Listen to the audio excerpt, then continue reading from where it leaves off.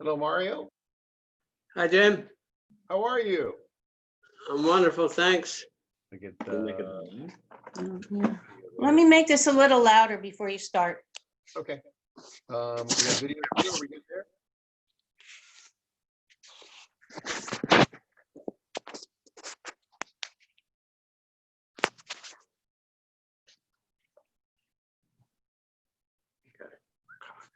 We good?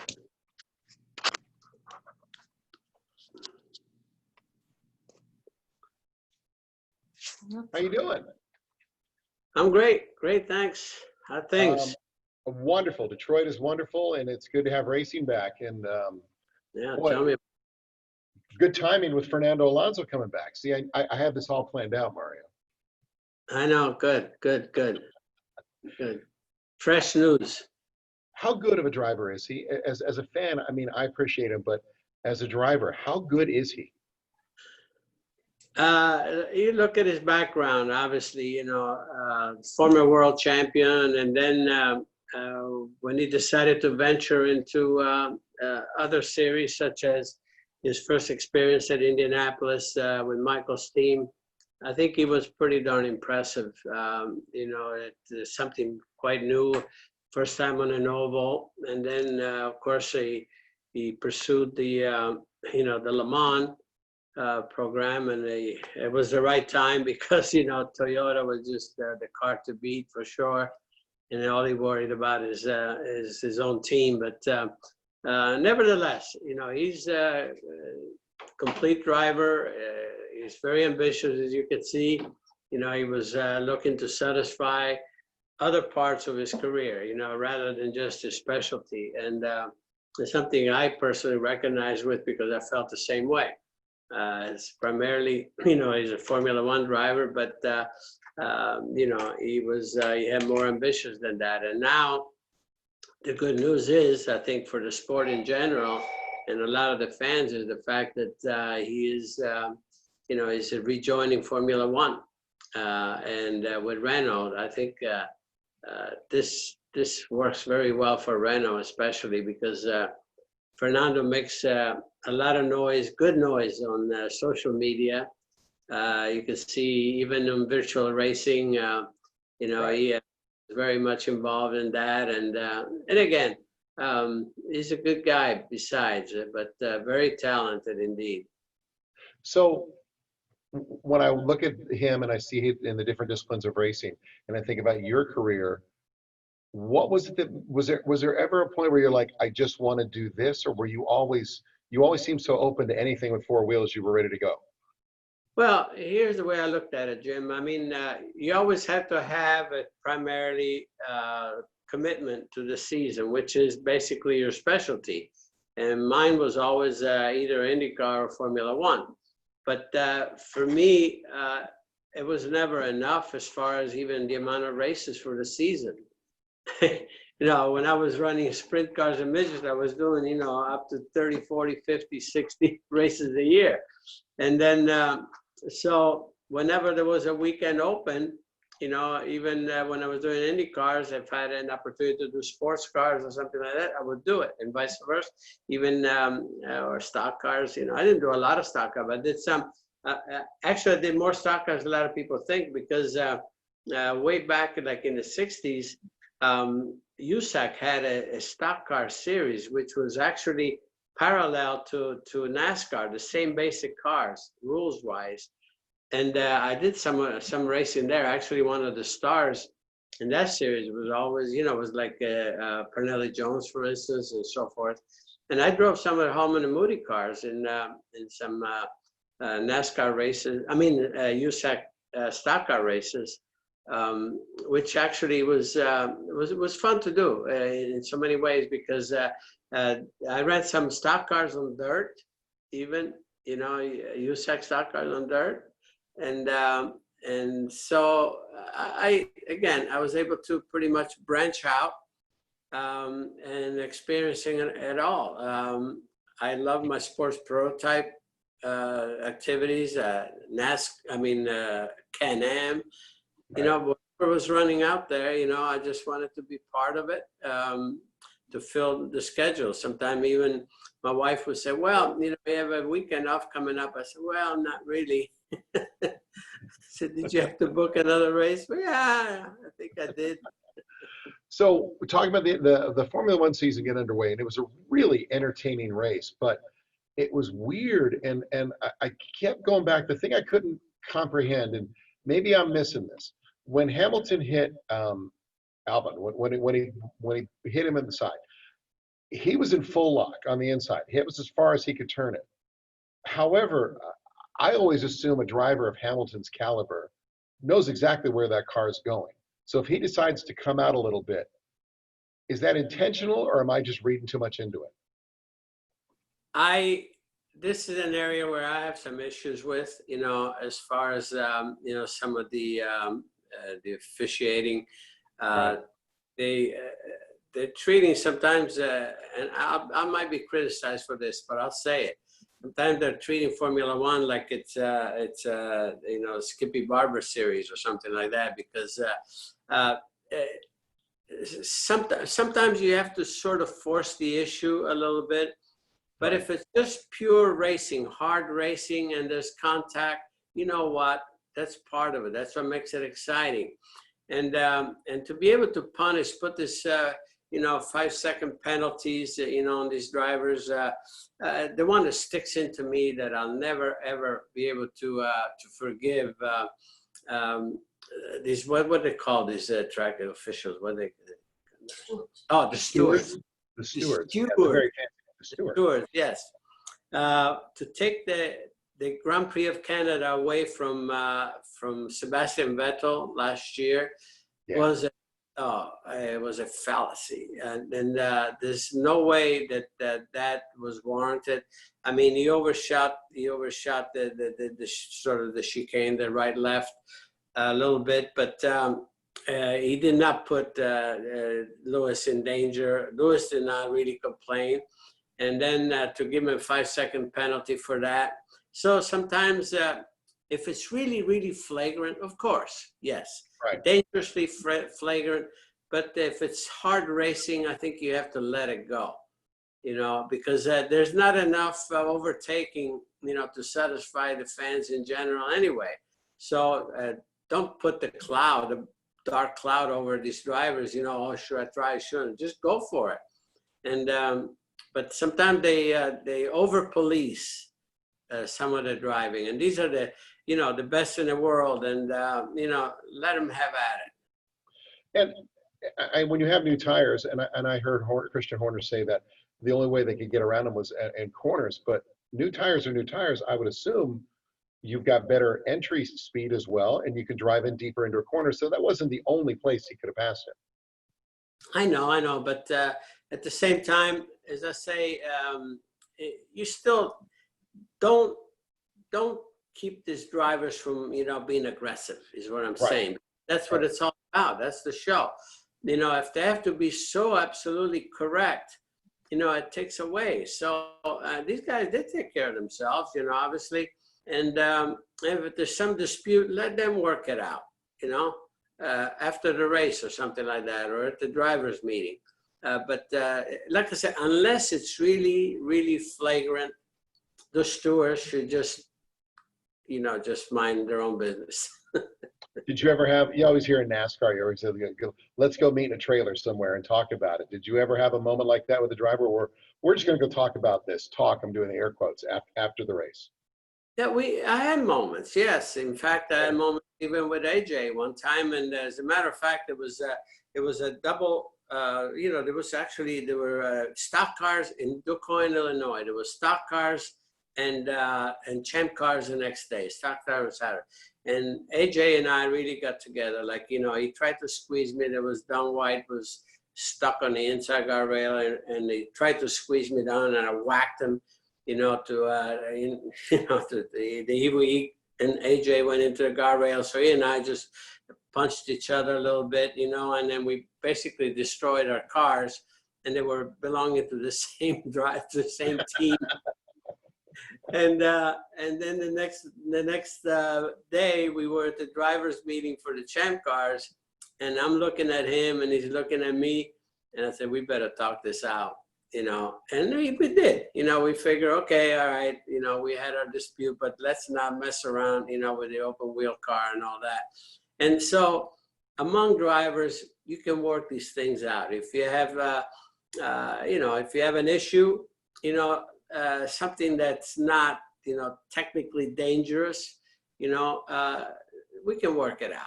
You know, so again, sometimes the stewards, I think that they overdo things a little bit, and that's my pet peeve, by the way. Is it? Yeah. Yes, I think for most fans it is too. We don't it just is. like any sport. I don't want the referees to decide the game in any sport, especially in Amen. racing. Yeah, Amen. that's not what Amen. they're there for. You know what got lost in all this? I mean, Bottas drove an amazing race, but Charles Leclerc, to do what he did as Ferrari was on the back foot all weekend, that's an amazing piece of driving that people understand. That was pretty impressive, and you've been talking about him for a while. Yeah, yeah. I mean, it's very true. Actually, he was very happy with himself too, because he knew how far he had to reach throughout the race to keep it up there. And again, he did everything right, and it paid off. Obviously, I don't think he had a second place car, quite honestly, that day. Yeah. But he made it that way, and there was a lot of great things. Of course, you know, some technical issues, and then there was you know, with McLaren on podium, that's a big shot for you know, a shot in the arm for the team too, as far as the energy they need, you know, at the start of the season. Everybody's expecting them, you know, to just have, you know, to be competitive now, to at least for podium, and they accomplished that. There were a lot of things that are unusual, you know, some mechanical failures, a lot of it electrical failures and so forth, which unfortunately sideline, you know, like Max Verstappen, for instance, who was definitely a player, you know, in the race.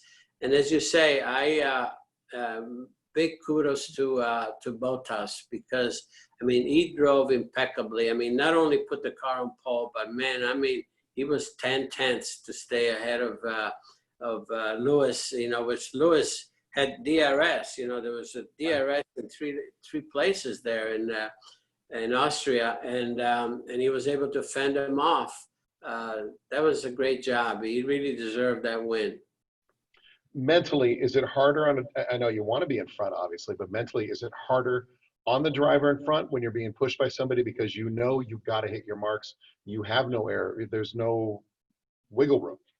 Oh yeah, absolutely. I mean, it's when the pressure is on. I mean, you know, when you're following, obviously you can judge yourself, breaking points. You can try to inch up on your competitor, you know, but you have a guideline. You have somebody in front of you. But when you're up there on your own, you don't want to overdo it. You know, you overdo it, and obviously that you're going to be overtaken. So, and that's, to me, it shows really the quality of the driver when they're able to hit their mark, make no mistake when they're under this extreme pressure, and says something, says volumes about the talent of the driver. I was we were watching the NASCAR race when they had the accident in pit lane, which thank God that guy wasn't more seriously injured, the Jack man.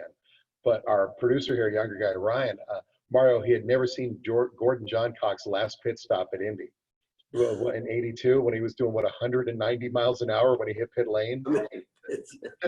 That's not real. It looks cartoonish. I mean, you did it.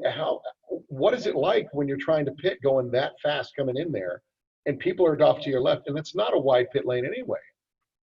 No, I know. It's like I said, the speed limit is a good thing in the pit lane, because obviously when it was open, I used to practice that during tire test.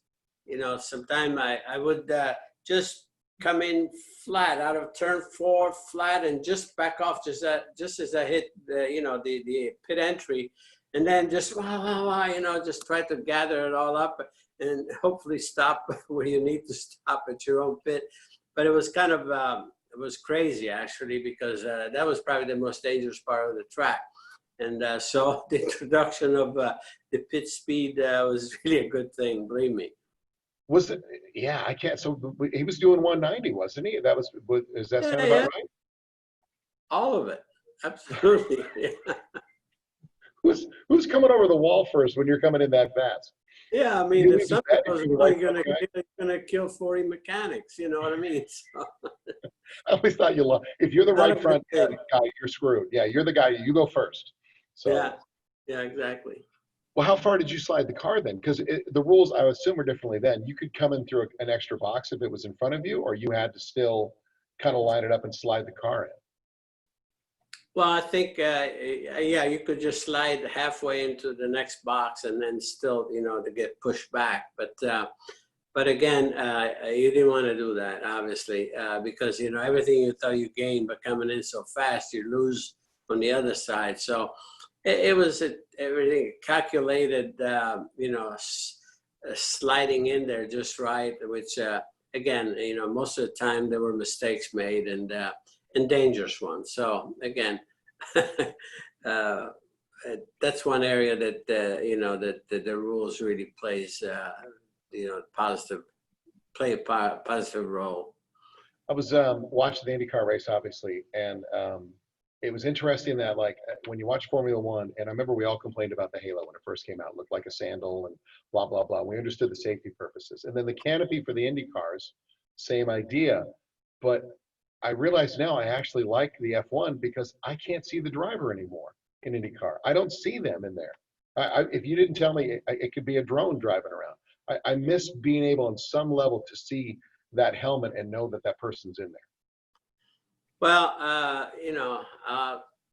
it's probably not the correct thing for me to say, but because I'm not active, but I think the halo would have been a better answer. I think they found out at even at the road race, which is actually the first actual road race they had at Indianapolis, that the heat factor was really an issue.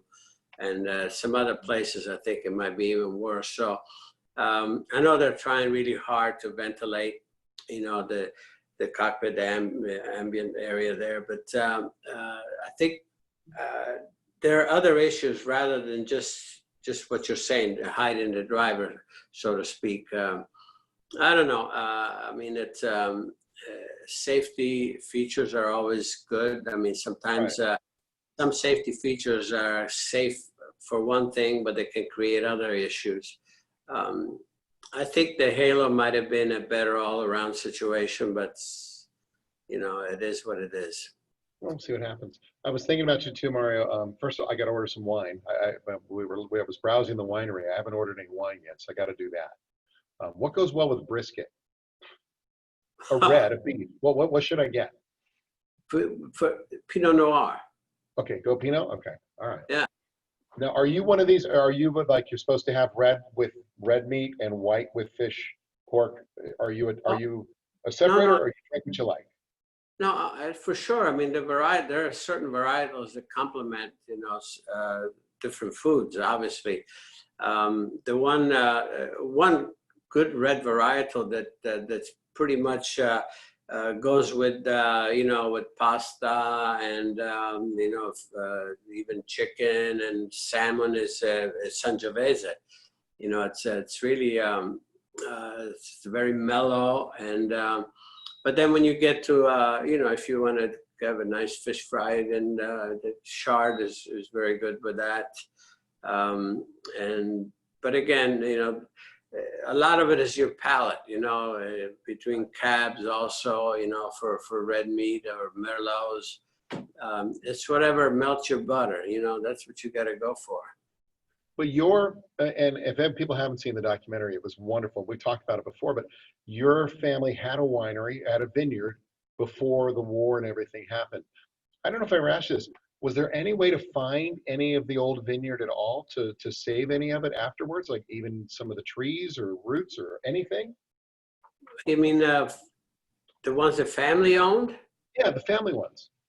Oh, that's I've been visiting that area, over the years since since back in the 60s. I've been going back and forth, but I have no idea who even owns that. It was at the beginning. Right. It's, the state that occupied our land, which was Yugoslavia, they owned all that land. We lost everything, under Hardline Covenant. That's what we left. But there's no way of knowing what happened to all the rest of it. I never had, any follow-up. As a matter of fact, my dad never went back there until back in, I think it was in 1998. I think we went back. I took him back for the first time, in the area where we left. So we didn't have much time to really travel around to show me exactly where the holdings were.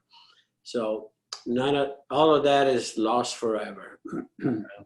Well, and I was thinking about you too, Mario, because I've been reading more reports that they're talking about doing a movie about Enzo Ferrari, which is like, what have they been waiting on? What was the first time you met Enzo? First time I met Enzo was in 1969. I was doing the 1,000 Ks in Monza. Teamed up with Chris Amon, and that's the first time that I got to meet him face to face.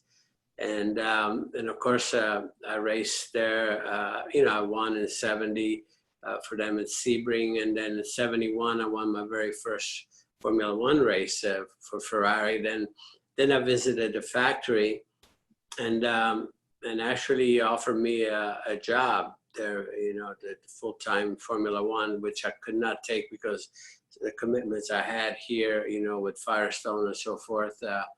I always dealt with him directly, which was not a usual thing. Usually he had someone, a buffer in between, like a Dr. Gozzi, who everybody knew well, Francolini, to deal with the drivers until the final situation. But I consider those moments so precious, that right to the very end, I always had contacts. Even my very last race for Ferrari was in '82 when I substituted for Didier Pironi. It was a terrible year for Ferrari, by losing Gilles Villeneuve and then Didier Pironi for the substitute for Monza. And always dealt with him, like I said, directly by phone. And again, I just consider that, some of the highlights of my career, quite honestly, because of what Enzo Ferrari really represented for me, where I fell in love with motor racing, because of Ferrari, basically, for what the role that they played in those formative years for me while I was still in Italy. And my idol was Alberto Ascari, who was in the mid-50s current world champion and all of that. So it goes way back, to some things like that, like as dreams that came true for me. Quite honestly, that's really what it represents. He seems like everything that I've ever seen, and I go down rabbit holes with Enzo. I am, out of all the racing people that I've read about and been blessed to meet, obviously nowhere near you, Mario, but he's the one guy that everyone talks about with such reverence, and the fact that he owned whatever room he came into. He was just the guy. You knew who Enzo was. There was no BS between it. He was, I would assume, as direct as I've always heard. It was amazing. I attended one of the press conferences that he would hold just prior to the season. I just happened to be there, and press in Italy, pretty tough in so many ways.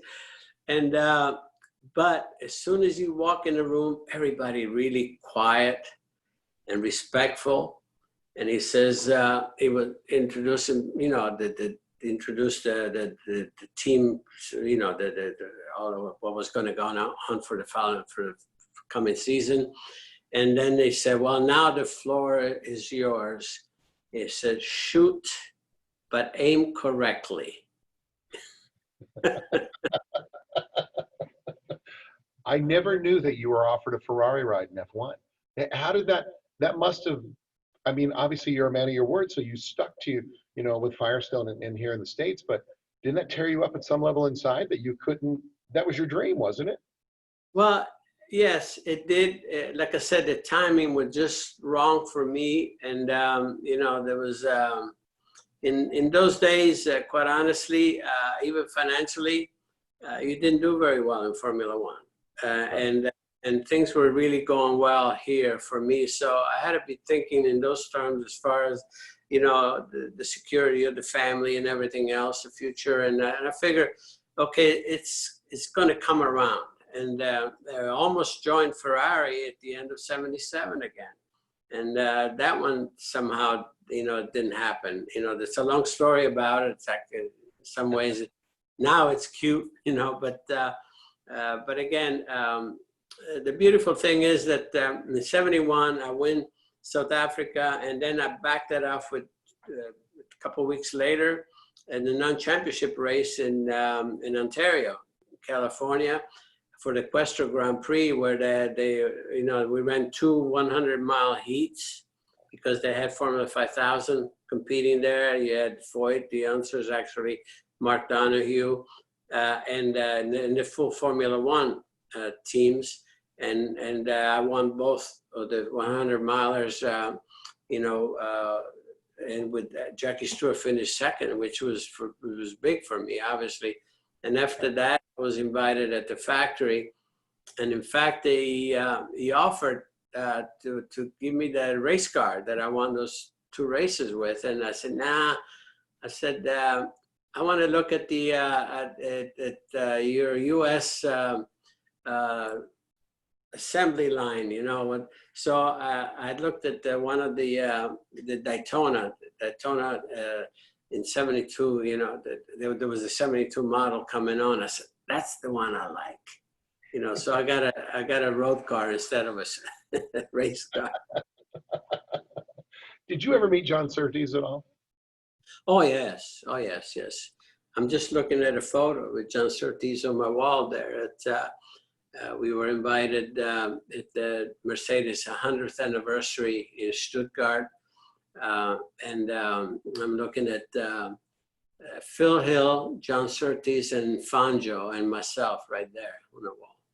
But, you know, we talk about, like, we see the names Fangio and Ascari, and we talk about Jackie Stewart and you in Formula One, and Schumacher and Vettel and all the big names, and Hamilton. But I'm just now starting to learn more about John Surtees and understand. Didn't he win like Formula One and on 2 wheels as well in the same year? Yeah, he was. He was the double world champion. You know, yeah, he was world champion in bikes. You know, and like what it is MotoGP today. Unreal. And then, yeah, then he moved over to Formula One and he won there. Yeah, great guy, great guy actually. And then he won some sports car races. I think he won some Can-Am races as well. He was very good in sports car, you know, pretty much a complete driver, period. I mean, not too many. The only one that I know at that level that competed at that level was Mike Hillwood, you know, that they did some Formula One and then and MotoGP as well. But Surtees won the championship on both sides, which is amazing. Well, he left Le Mans that year, the first year that Ford won, right? Wasn't he? Because they changed the driver lineup? Yeah, right. Yeah. To walk away, like, I'm not doing this.